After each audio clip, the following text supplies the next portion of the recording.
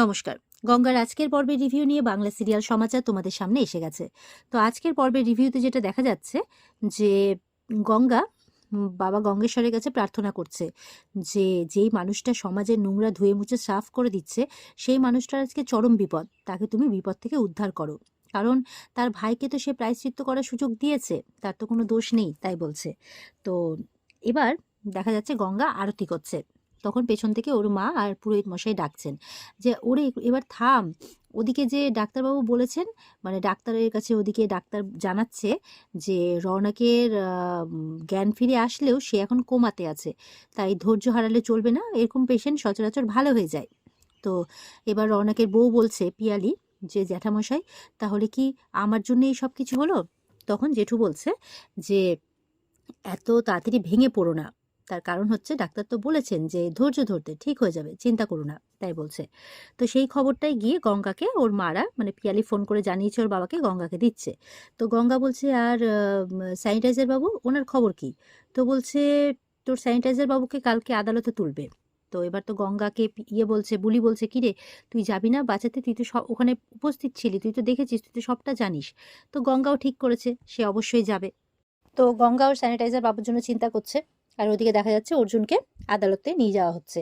আর রাস্তাতে মিডিয়া ঘিরে ধরেছে যে একজন সৎ পুলিশ অফিসার এইভাবে আজকে একজন অপরাধী হয়ে গেল, নিজের ভাইকেই খুন করার চেষ্টা করলো, তাই তার মাই তাকে অপরাধী হিসেবে মানে জেলে পুরলো, এরকম একটা কথা বলছে।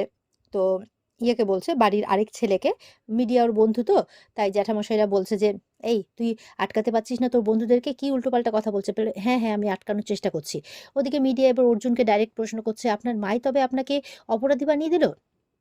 তাহলে মানে এমন কি হলো? এভাবে উল্টোপাল্টা প্রশ্ন করছে। তখন ওদিকে মেঘনাদ, এই সরুন সরুন, এটা বিচারাধীন, সরুন, আপনারা এখানে বিচার বসাবেন না, সরুন, এইভাবে সরাচ্ছে আর কি মিডিয়াকে। মনে মনে বলছে আর কি মেঘনাদ, এটাই তো আমি চেয়েছিলাম, আমার বাবাকেও এইভাবেই সবার সামনে হেনস্থা হতে হয়েছিল না, মানে জ্যাঠামশাই ওর বাবাকে, ওর বাবাও কোনো অপরাধ করেছিল তাই ওর বাবাকেও এরকম ভাবে থানাতে ভরেছিল, আর মেঘনাদের দায়িত্ব জ্যাঠামশাই নিয়েছিল যে ছেলের মতো করে মানুষ করবে, সেই মানে রাগেই আর কি এরকমটা করছে। আর এই বাড়ির মধ্যে যে কলহটা হচ্ছে সেটার জন্য খুব আনন্দ পাচ্ছে মেঘনাদ।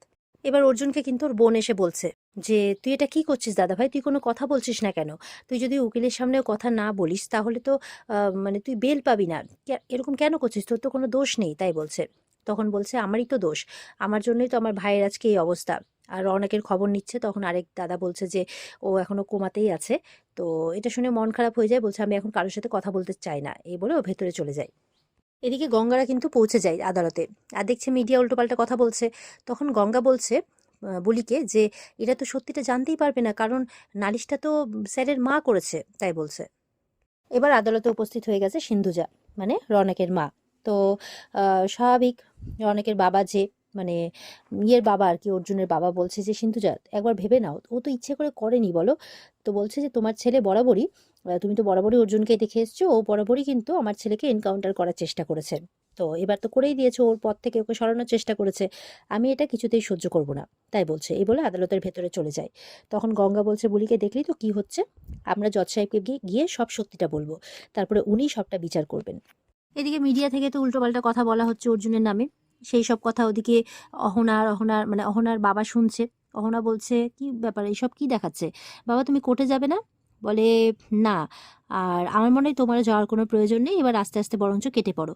হ্যাঁ আমি তোমাকে বলেছিলাম যে একজন উচ্চপদস্থ কর্মচারীকে নিজের কন্ট্রোলে রাখতে, ঠিকই আছে, কিন্তু ব্যাপারটা হচ্ছে এখন তো দেখতেই পাচ্ছ ওর মা স্বয়ং ওর নামে নালিশ করেছে। বলে তুমি তো জানো বাবা যে ও কিছু করেনি? বলে হ্যাঁ আমি জানি, ওর সৎ ভাইকে নিজের ভাইয়ের থেকেও বেশি ভালোবাসে, ও এমনটা করতেই পারে না, কিন্তু ওর মা যেহেতু রিপোর্ট করিয়েছে, তাই বুঝতেই পারছো ওর কেরিয়ারটা তো শেষ, ও কিন্তু আর এই জায়গায় ফিরে আসতে পারবে না, তাই তুমি আস্তে আস্তে গুটিয়ে পড়ো। তো অহনা বলছে বাবা ও ওই বাড়িতে সবাই জানে যে আমি ওকে ভালোবাসি, তাই এইভাবে নিজের ইমেজটা আমি নষ্ট করতে পারবো না, তবে আমি তোমাকে কথা দিচ্ছি যদি তোমার কথাটাই সত্যি হয় তাহলে আমি ডিসিশন নিতেও দেরি করব না, তাই বলছে। মানে ভালোবাসাটা শুধু পাওয়ার আর পজিশন দেখেই, পাওয়ার পজিশন নেই, ভালোবাসাও নেই, এরকম ব্যাপার হচ্ছে অহনার ক্ষেত্রে। ওদিকে গঙ্গার বুলি কোর্টের ভেতরে ঢুকেছে, কিন্তু কোথায় নিয়ে গেছে সেটা তো কিছুতেই বুঝতে পারছে না। বলছে এই বুলি কোথায় যাবো রে, কিছুই তো বুঝতে পারছি না এখানে। তো বলছে হে গঙ্গেশ্বর বাবা, তুমি একটু সাহায্য তো করতে পারো বলো, তাই বলছে। বলছে একটা ভালো মানুষ এইভাবে শাস্তি পেয়ে যাবে, সেটা কি কখনো হতে পারে? না না, আমি কিছুতেই হতে দেব না। তখন ওই জ্যাঠামশাইকে দেখতে পেয়েছে। বলে, ওই দেখ পিয়ালি জ্যাঠা শ্বশুর। হ্যাঁ, গঙ্গেশ্বর বাবু এবার চোখ মানে চেয়েছেন আমাদের দিকে মুখ তুলে, চল চল এবার দেখবে কোথায় যাচ্ছে। তখন বুঝতে পেরে যাবে কোথায় নিয়ে গেছে। আর ওদিকে অর্জুন কাঠগড়ায় দাঁড়িয়ে আছে, এবার জজ সাহেব বিচার করবেন। তো জজ সাহেব বলছে যে উকিলের সাথে পরিচয় করছে। তো সিন্ধুজার উকিল তো রেডি আছে, কিন্তু অর্জুনের তরফে কোনো উকিল নেই, কারণ অর্জুন তার কোনো উকিল চায় না। তো বলছে, জজ সাহেব বলছে, এটা কিভাবে হয়? আপনার দিক থেকে তো মানে বেল করানোর ব্যবস্থা করা হয়েছিল, সেই উকিল কোথায়? বলছে, আমি ওনার সাথে কথা বলতে রাজি নই, আপনার যেটা ভালো মনে হয় আপনি সেটাই বিচার করবেন আমার জন্য, তাই বলছে। তো ওদিকে এবার ওর বড়দা বলছে, এই রূপালী, আমাদের উকিলকে ফোন করা যাবে না? মানে জ্যাঠামশাইয়ের বড় ছেলে। তো বলছে, কি করে করব? বড়দা বড়দা তো কালকেই বারণ করে দিয়েছে, তাই বলছে। তো ওদিকে এবার সিন্ধুজাকে বলছে, অর্জুনের বাবা, তোমার কি এখনো মন মানছে না? অর্জুনের মা বলছে যে অর্জুন নাকি ইচ্ছে করে এগুলো করছে, রওনাককে ডেকেও বরাবরই সহ্য করতে পারে না, তাই ওর পথ থেকে সরাতে চেয়েছিল। তুমি ওর হয়ে বেশি ওকালতি গাইতে যেও না। আর ওই মেয়েটাকে নিয়ে এসছে, ঢং করে আবার উপোস করে পুজো করেছে, দেখাচ্ছে, দেখো আমি নিজের মধ্যে নেই, একদম আমার মুখ খুলিও না, এভাবে বলছে। আর দেখা যাচ্ছে কোর্টে তখন অহনা চলে এসেছে। অহনাকে বলছে, ইয়ের জেঠু, অর্জুনের জেঠু, অর্জুনকে একটু বোঝাও, ও তো উকিল নিতে চাইছে না। তখন বলছে, জেঠু, অর্জুন কি কারো কথা শুনবে? আপনি তো জানেন। তো বলছে, তবু আমাদের চেষ্টা তো করতে হবে, বলো, এইভাবে তো ওকে ছেড়ে দিতে পারি না। আর অহনা তো মনে মনে মুখ ভেঙাচ্ছে, এরকম একটা ব্যাপার। তো বলছে যে আজকে তো ওর মাকে দেখে বোঝাই গেল যে ওর মা ওর সৎ মা। তখন রওনাকের মা বলছে, ভুল বলছেন দাদা, আজকে বোঝাই গেল যে অর্জুন রওনাকের সৎ দাদা, তাই তো ওর ভাইকে মেরে ফেলার চেষ্টা করলো আর কি। আর এইসব দেখে খুশি হচ্ছে মেঘনাথ, মনে মনে ওর বাবার ঘটনাটা ভাবছে যে ওর বাবাকে এরকম করা হয়েছিল, আজকে ঠিকই হচ্ছে, যা হচ্ছে ভালো হচ্ছে। আর এদিকে এবার কোর্টের শুরু হয়ে গেছে। এবার বিপক্ষের উকিল বলছে যে এটা নাকি মানে উদ্দেশ্য প্রণোদিত ব্যাপার একটা, মানে ইচ্ছে করেই নাকি অনেকদিন ধরে ধমকি দিচ্ছিল যে এরকম এনকাউন্টার করা হতে পারে, এবার নাকি এনকাউন্টার করেই দিয়েছে, এটা নাকি অনেক দিনের ঘেন্না জমে থাকার ফল। এইভাবে উল্টোপাল্টা কথা বলছে বিপক্ষের উকিল। তো এবার অর্জুনের পক্ষের উকিলকে কিছু বলতে বলা হলে তিনি বলছেন যে উনি এই ব্যাপারে আমার কোনো সাহায্য নিতে রাজি নন, আপনার উপরে বিচার ছেড়ে দিয়েছেন, তাই আমার কিছু বলার নেই। তো এবার বিচারক বলছে যে আপনার কিছু বলার আছে অর্জুন, যা ঘটনা ঘটেছে একটু মনে করে সাজিয়ে গুছিয়ে বলুন পরপর কি হয়েছে। তো অর্জুনের তো হাত কাঁপছে, মুখ কাঁপছে, কি বলবে বুঝে পাচ্ছে না। তো বলে, ওখানে আমরা সেদিন গেছিলাম, তো সেখানে রওনাক আর ওর বন্ধু বান্ধব উপস্থিত ছিল। তো কথাবার্তা হতে হতে ওখানে না ধাক্কাধাক্কি শুরু হয়ে যায়। সেই সময় আমি জাস্ট বন্দুকটা বের করে ভয় দেখাচ্ছিলাম, ওনা কাঁপতে কাঁপতে বলছে, কিন্তু হঠাৎ করে গুলিটা চলে গেল। আর কি করে কি হলো আমি কিছু বুঝতে পারলাম না, তারপরে আমার কিছু মনে নেই ইওর অনার, কিছু মনে নেই, আপনি আমাকে শাস্তি দিন, আমি হাত জোড় করে বলছি, আপনি আমাকে শাস্তি দিন। তো ওর মা ওদিকে বসে আছে, বলছে, নাটক, এইভাবে নাটক করে আমার ছেলেটাকে ভরত বানিয়ে রেখেছে, নাটক করছে এসব, জানি না আমার ছেলেটা কোনোদিনও স্বাভাবিক হতে পারবে কিনা, আমাকে মা বলে ডাকতে পারবে কিনা, এর ভয়ে বলছে। এদিকে এবার জজ সাহেব বলছেন যে সেখানে মেঘনা তো উপস্থিত ছিল, ওসি, তো আপনি আসুন আর ঘটনাটা পুরোটা বলুন। তো বলছে যে আমরা সেদিন মেয়ে পাচার হচ্ছে বলে নাতাশা বাড়ি খবর পেয়ে গেছিলাম। তো সেখানে রওনাক আগে থেকে উপস্থিত ছিল বন্ধু বান্ধবের মানে সাথে আর কি। তো অর্জুন স্যার বলেছিলেন চলে যাওয়ার জন্য, কিন্তু ও শোনেনি, ওদের মধ্যে একটু বাকবিতণ্ডা হয়, তারপরে একটু ধাক্কাধাক্কি শুরু হয়ে যায়।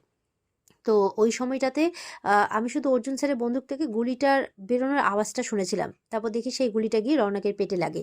তো পুরো ব্যাপারটা একটা অ্যাক্সিডেন্ট ছিল স্যার, অর্জুন স্যার ইচ্ছে করে কোনো কিছুই করেননি।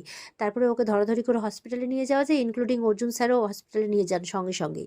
তো এটাই বলবো, পুরো ব্যাপারটা একটা অ্যাক্সিডেন্ট ছিল স্যার। তো এবার বিপক্ষের উকিল বলছে যে ভাই হয়ে তো ভাইয়ের গুণগানই গাইবে স্যার, সত্যি কথা তো বলবে না। তো এটা একটা প্ল্যান ছিল, পরিস্থিতির সুযোগ নিয়েছিলেন অর্জুন, তাই বলছে। এই সময় গঙ্গা আর বুলি কিন্তু ঢোকার চেষ্টা করছে ভেতরে, কিন্তু একজন লেডি অফিসার কিছুতেই ঢুকতে দেবে না, বলছে, এই বেরো এখান থেকে, বেরো। বলে, আমরা সাক্ষী। বলে, সাক্ষী তোরা? বেরো এখান থেকে, অনেকক্ষণ ধরে জ্বালাচ্ছিস কিন্তু, এই বলে ধাক্কা মেরে বের করে দিচ্ছে। এবার তো গঙ্গারা কি করে ঢুকবে বুঝতে পারছে না। এবার তো রৌনকের মা চিৎকার করে বলছে মেঘনাথকে, সত্যিটা বল, ওই খুন করার চেষ্টা করেছে আমার ছেলেকে, বল বল। তখন তো বিচারক বলছে, জজ সাহেব, যে আপনার যা কিছু বলার উইটনেস বক্সে এসে বলুন। এবার এসে বলছে, মায়ের আদালতে ও খুনি, ও আমার ছেলেকে খুন করার চেষ্টা করেছে, আমার ছেলেটা কোমায় আছে, কোনোদিনও ঠিক হবে কিনা জানি না, ও খুনি, ও খুনি, ওই খুন করেছে, বলে হাউমাউ করে কাচ্ছে আর বলে যাচ্ছে। অর্জুন অবাক হয়ে ওর মায়ের দিকে তাকিয়ে আছে। অর্জুনের বাবা বলছে, সিন্ধু যা হয়েছে, অনেক হয়েছে, চলে এসো, কিন্তু ওর মা কোনো কথা শুনছে না। আর ওদিকে গঙ্গাদেরকে বাইরে বের করে দিয়েছে, এবার গঙ্গা বুলির হাত ধরে নিয়ে যাচ্ছে, চল আমাদেরকে ঢুকতে হবে ভেতরে, চল তো। এবার অর্জুন বলছে যে আমাকে কঠিন থেকে কঠিনতম শাস্তি দিন ইওর অনার, যাতে আমি কোনোদিনও জেল থেকে বেরোতে না পারি। তার এই কথা শুনে তার বাড়ির লোক অবাক হয়ে যাচ্ছে, চিন্তায় পড়ে যাচ্ছে, বলছে যে মায়ের সব অভিযোগ আমি মেনে নিচ্ছি। তো জজ সাহেব শুনে এবার জজ সাহেবের বিচার লিখবে। আর এখানেই কিন্তু আজকের পর্ব শেষ হয়ে যায়। তো এই ছিল আজকের পর্বের রিভিউ। ভালো লেগে থাকলে পর্বকে লাইক কমেন্ট করে জানাতে ভুলবে না, আর আমাদের সাথে জুড়তে চ্যানেলকে সাবস্ক্রাইব করতে ভুলবে না। আগামী দিনের পর্ব আরও বেশি ইন্টারেস্টিং হতে চলেছে, কারণ গঙ্গা এসে অর্জুনের সত্যিটা সবাইকে বলে দেবে যে অর্জুন নির্দোষ। আর তারপরে বিচারক কি বিচার করেন সেটাই দেখার। দেখা হচ্ছে আগামীকালকে। সবাই ভালো থেকো। আজকের পর্বের রিভিউ দেখার জন্য স্টার জলসার পর্দায় চোখ রেখো। টাটা।